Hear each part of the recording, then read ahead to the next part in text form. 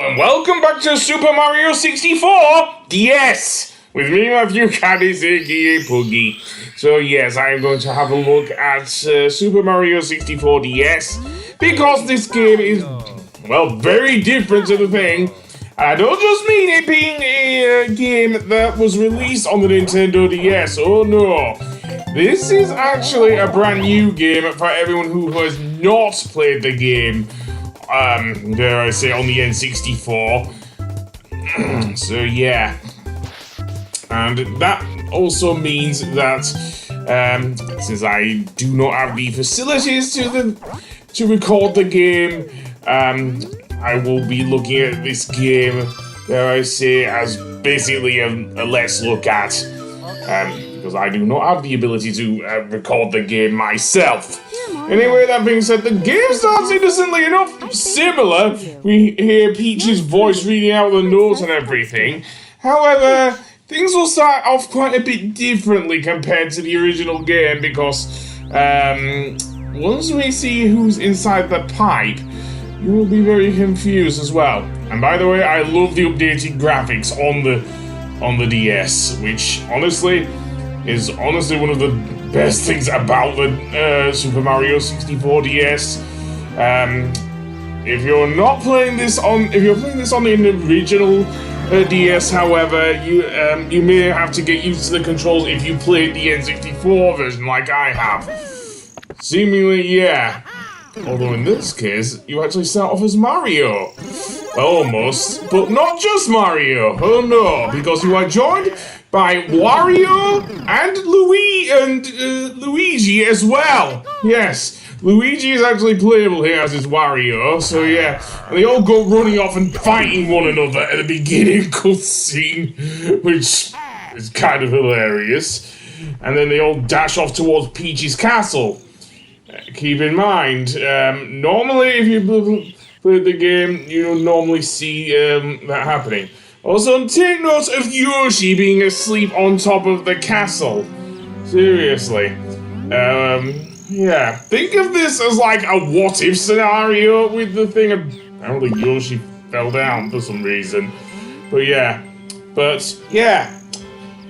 You are playing as 4 different characters in this game. Starting off with Yoshi, because apparently, seemingly the others have got lost inside Peach's castle and Bowser has taken it over, just like in Super Mario 64.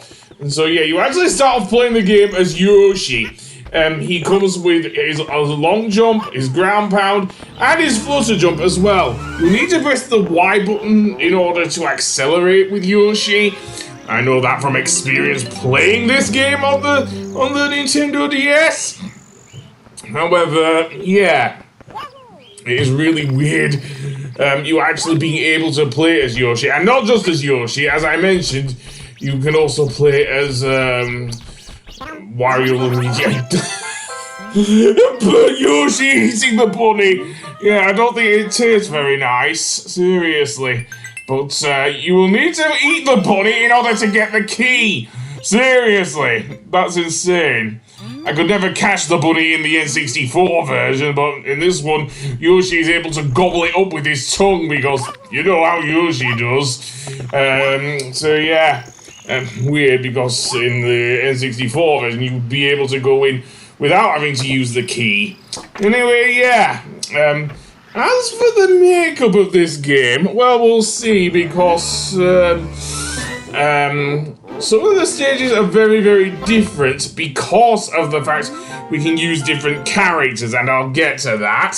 Good example of how the character would function is with, dare I say it, with King Bob-omb, because he moves quite differently in this game, and please excuse my dog who has suddenly started barking. Anyway, basically with this case, what you have to do is eat the bombs and throw them back at King Bob-omb. Very different to how normally you would do so. Yeah, you threw his bombs back at him. Obviously, I think King Bob-omb would be a bit too hard for Yoshi to actually throw off the and whatnot, unlike with things. So I like this change as well.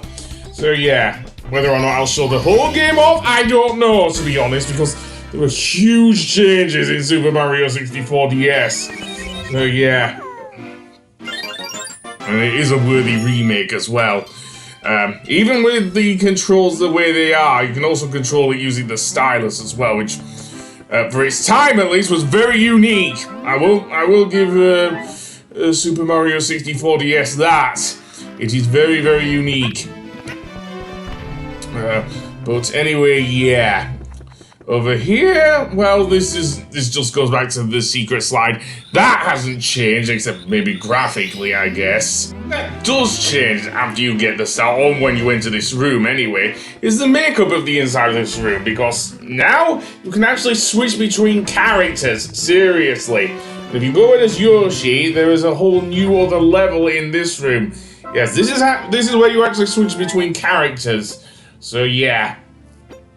There is also a hidden level, so to speak, in this area as well. One where it's set in on an island that, weirdly enough, plays the Isle Delfino theme from Super Mario Sunshine.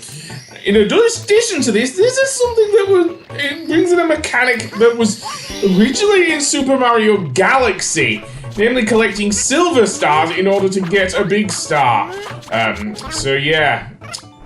And it is interesting. It is a nice mechanic added to a handheld version of a classic platformer. So again, I like this. It is very clear that Nintendo didn't just want to remake a game, and even from the ground up, because this is what this game looks like it is. But actually try to add some new material to an already well-known game.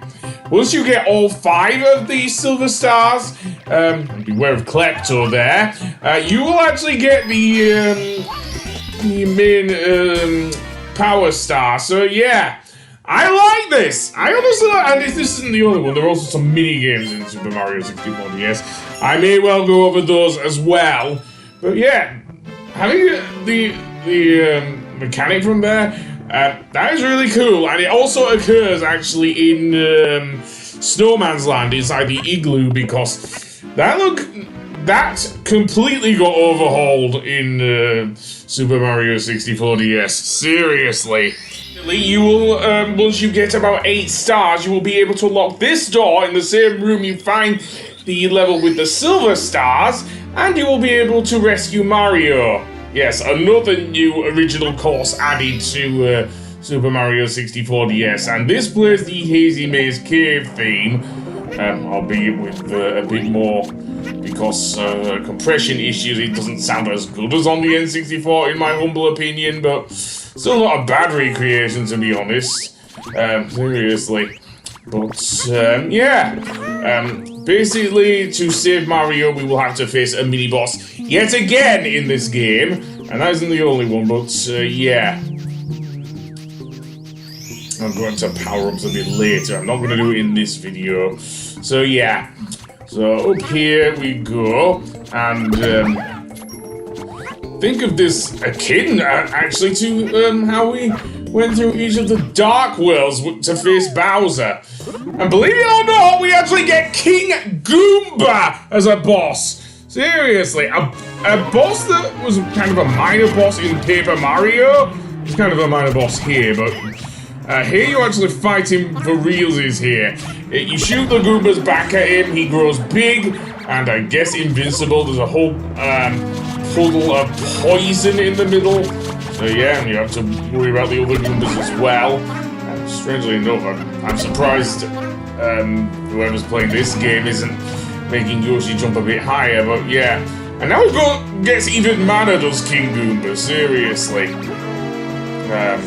Again, Yoshi's flutter jump easily gets over the thing. And then it goes into a mad rampage, akin to King Dodongo from Ocarina of Time, seriously. Well, never mind that. Yeah. If anything, the Goombas might swarm you here, but nothing too bad, I guess. And after about, I think it's 3 hits, King Goomba pretty much goes down, thanks to Yoshi being able to spit out his own minions. Oh boy. Well, at least he wasn't on the receiving end of being flung into the air in this game, unlike in Paper Mario. Now, getting a key from one of the mini-bosses will unlock that character then. So does this key, this being Mario's portrait, you would think, and it does, unlock Mario. So yeah, so in that case, I might as well show off, before I end this episode, Luigi, and no, not Luigi, Mario. Yeah, the main namesake of the game. And I'll cover Mario's abilities and levels a bit later. In the next episode, actually. But it's nice to see him again after being locked up in that room there. I'll see you on the next one. Goodbye! And as an extra, I am going to add how to get to Yoshi. So you will need 120 stars in the original Super Mario 64 and have access to this cannon. So yeah, and after you do, you aim for the roof with the cannon. I don't know if you have access to the thing, but yeah, you go straight to the roof and you can run along here. And indeed, you do have access to the thing. You have access to 1-ups and the wing cap and also Yoshi. Though unlike in Super Mario 64 DS, he doesn't. He just says it's been ages since our last adventure. So yes, a nice addition to the original game, I dare say. So that. And apparently a few, you get a whole boatload of 1-ups as well. Apparently. So yes, Yoshi is a nice little Easter egg, as is the addition of the 1-ups. So I will see you on the next episode when we actually continue with Super Mario 64 DS, and indeed with Mario. So I will see you then. Goodbye!